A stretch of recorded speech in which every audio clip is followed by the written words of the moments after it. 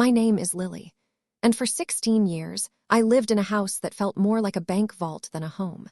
From the time I could understand words, the message was clear, whispered in actions louder than any shout. I wasn't their daughter. I was just a wallet. Their wallet. It started small, like tiny cracks you don't notice until the whole wall falls down. Birthday money from Grandma. "Oh, Lily, sweetie, let Mommy hold onto that for you. You might lose it."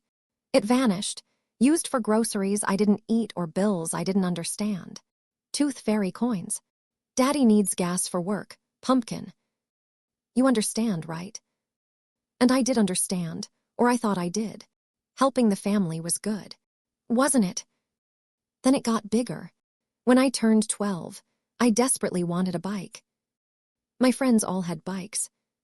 I saved every penny from helping neighbors rake leaves, walking dogs, anything I could find. For months, the old cookie tin under my bed grew heavier.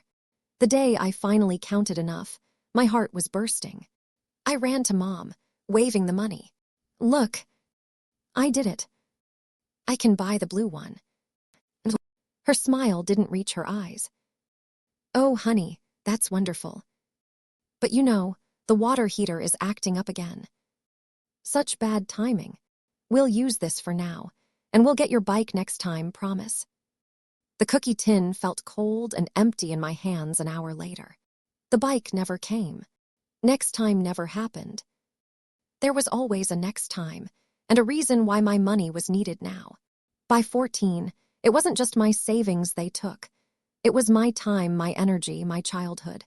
"Lily, you're old enough to contribute properly," Dad said, his voice flat. "Frank's Diner needs a dishwasher weekends and evenings. Be there tomorrow after school." It wasn't a request. It was an order. So I went. My hands turned red and raw in the hot, soapy water. The smell of grease clung to my skin and hair, even after I showered. I smelled like the diner floor. The money. Every single paycheck went straight into Dad's hands. "For your keep," he'd say, barely looking up from the TV. "Roof over your head, food on the table. It costs, Lily. You gotta pay your way." Pay my way. I was 15. My friends worried about homework and crushes.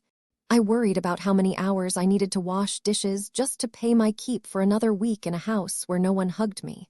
No one asked about my day, unless it was to ask how much I made. Love felt like a bill they presented me with constantly. "Look at this electricity bill, Lily. Your computer uses power." I barely used it. "New tires for the car, Lily. That's coming out of your next pay." They drove everywhere. I walked or took the bus. My existence was a cost center on their balance sheet. The loneliness was a physical ache, a cold stone in my chest. I'd see moms at the diner fussing over their kids, wiping ketchup off their faces, laughing. My mom never did that. My dad's idea of a conversation was asking if my shift covered the grocery bill yet.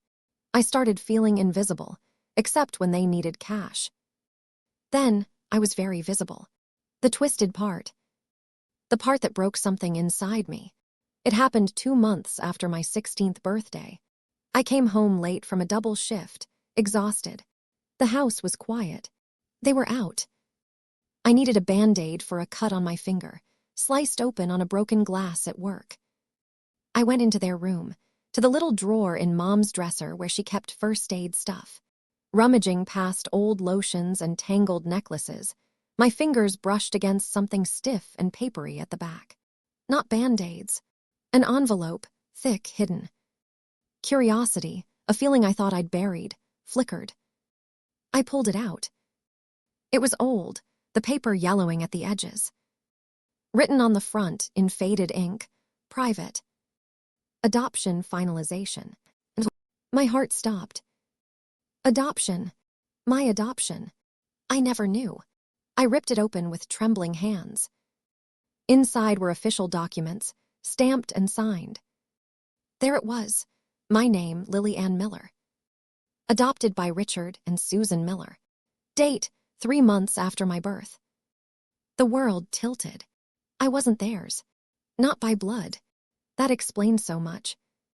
The lack of resemblance, the coldness, the constant feeling of being an outsider in my own home. But the worst part, the truly twisted knife, was stapled to the back. A single sheet of paper, typed, not official. A list. Itemized expenses: Lily Ann Miller, adoption and care, legal fees, $XXXX, agency fees, $XXXX, initial clothing and supplies, $XXX, estimated monthly food and care, age 0-16, $XXX per month, total outlay projected to age 18, Roman 20 XXX. At the bottom, scrawled in my dad's handwriting, ongoing, Lily working to offset. I sank to the floor, the papers spilling around me. It wasn't just feeling like a wallet. I was a wallet. A financial transaction. They hadn't adopted a daughter. They'd acquired an investment. All those years of taking my money, my labor, my childhood, it wasn't just greed or neglect.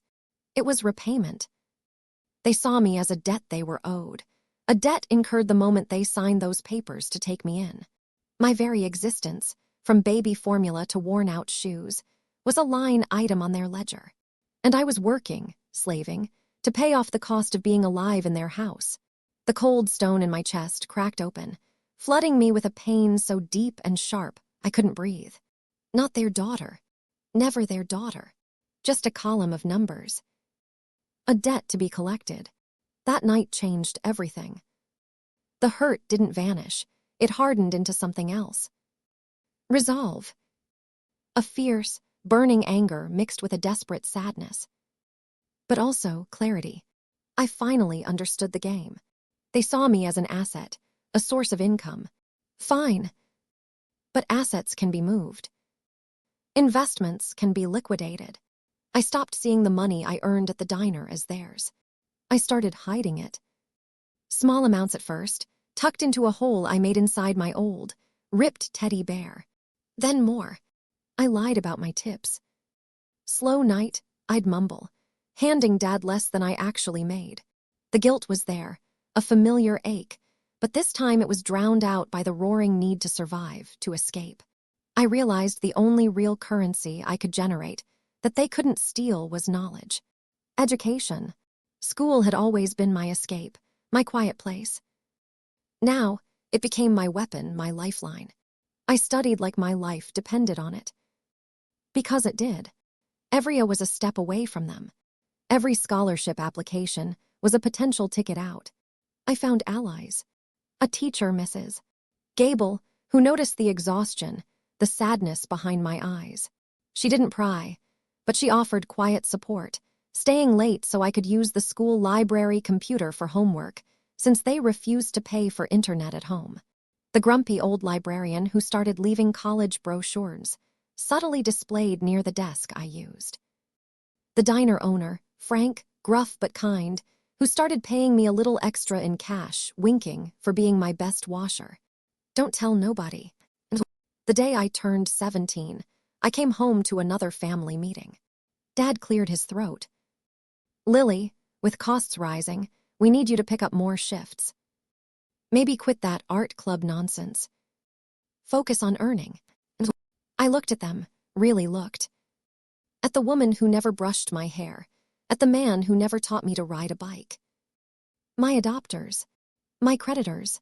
The coldness was still there, but now I saw it for what it was. The absence of love replaced by calculation. No, I said, my voice surprisingly steady. I need the art club for my portfolio. I need to focus on school. Mom's eyes narrowed. School.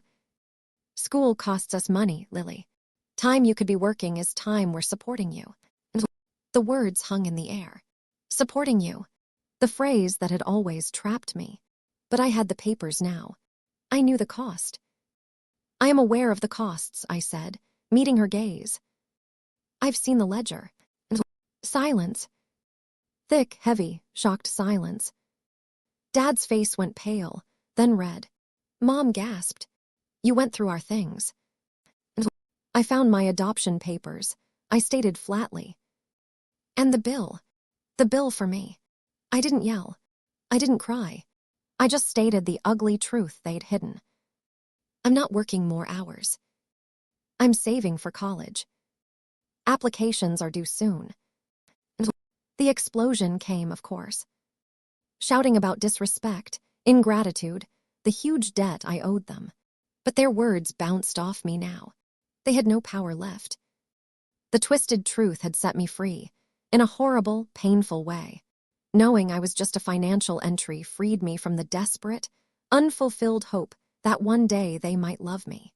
That hope was gone, replaced by cold, hard reality. The next year was a tightrope walk.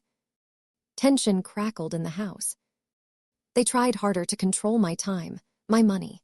But I was smarter, sneakier. I worked, I saved, I studied relentlessly. I poured my hurt, my anger, my loneliness into my applications, my essays. I wrote about resilience. I wrote about finding worth when others see none. I didn't write about the ledger, but it screamed between every line. Months later, the thick envelope arrived. Full scholarship. State university. Far away. The letter felt like a passport, a declaration of my own value, separate from their calculations. Telling them was anticlimactic. They looked at the letter, not at me. Dad grunted. Well, saves us tuition. But don't expect help with living costs. You owe us enough. Mom just sighed. Just make sure you send money back when you get a proper job. We have expenses. I packed my few belongings, mostly things I'd bought myself with hidden cash, into 2 duffel bags. On my last morning, I stood in the hallway. They were having breakfast, not looking up. Goodbye, I said. Dad mumbled something around his toast. Mom gave a slight wave without turning. I walked out the door, the same door I'd walked through as a baby they'd itemized. The summer air felt different. Cleaner. Lighter. Not because I was suddenly happy, but because the crushing weight of being nothing but a debt, a wallet, a line item it was finally, blessedly, lifted. I learned a brutal lesson in that house, one that twisted my heart and scarred my soul. Some people don't see children. They see expenses and investments. They see wallets, not hearts. They see balance sheets, not futures. But I also learned this. Your value isn't set by what others charge for your existence. You are not a debt to be repaid. You are not a wallet to be emptied. You are a person. Your dreams, your work, your heart, they belong to you.